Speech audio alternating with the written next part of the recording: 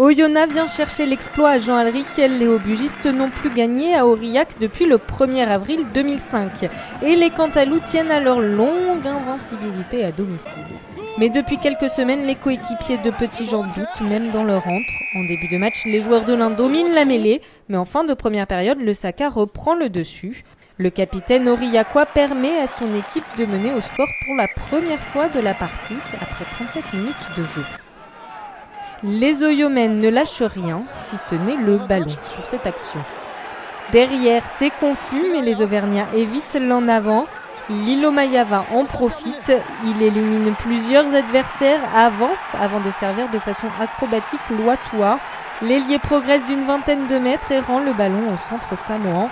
C'est le premier essai de la partie. Jean Alric s'est réveillé et exulte.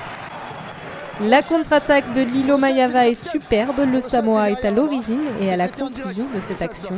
Les 4 défenseurs oyonnaciens n'ont rien pu faire. Loitoa aurait peut-être pu aplatir seul, mais il a préféré offrir cet essai à Lilo Mayava qui avait fait un gros travail au départ.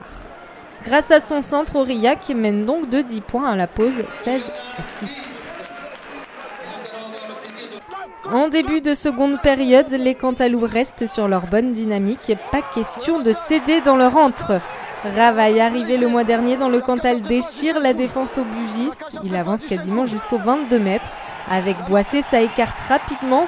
Loitoa, encore lui, est en bout de ligne. Il feinte la passe et se faufile finalement entre les 2 défenseurs. Rafute et il aplatit enfin. Le public de Jean Alric est rassuré. Son équipe prend un peu le large. Ravaille, le pilier fidjien, a été très impressionnant. Il a occupé presque toute la défense oyonnacienne. Sur son aile, Loitoa était tout seul pour marquer ce second essai aurillacois. Comme en début de match, les 20 dernières minutes vont être en faveur de l'USO.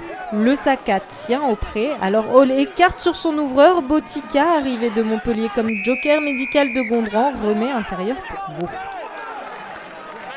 Grâce à cet essai du centre de 28 ans, les Aubugistes ne sont plus qu'à 10 points et même à 8 points seulement après la transformation. Les Aurillacois se sont fait peur plusieurs fois à Jean Alric ces dernières semaines, contre Colomiers, Vannes, Mont-de-Marsan ou encore Agen, contre Oyonnax aussi cet après-midi. L'USO ne vise pas seulement le bonus défensif mais l'exploit dans le Cantal. Et dans les dernières secondes de la rencontre, ils sont tout près de le réaliser. En fond d'alignement, Barba capte le lancer et plonge dans l'embut.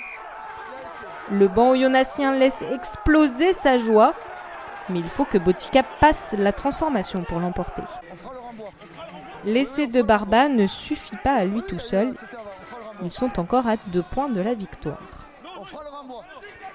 Ça faisait plusieurs minutes que l'USO dominait. En un peu plus de 20 minutes, les Rouges et Noirs ont inscrit 17 points à Aurillac. Botica a maintenant la victoire au bout du pied. Et ça passe. 24-26, Aurillac chute à Jean Alric pour la première fois depuis novembre 2014. Oyonnax met un terme à plus de 2 ans d'invincibilité. La joie est à la hauteur de l'exploit. Et cette victoire n'est pas que symbolique, elle permet aux Aubugistes d'être 2e à l'issue de cette 18e journée.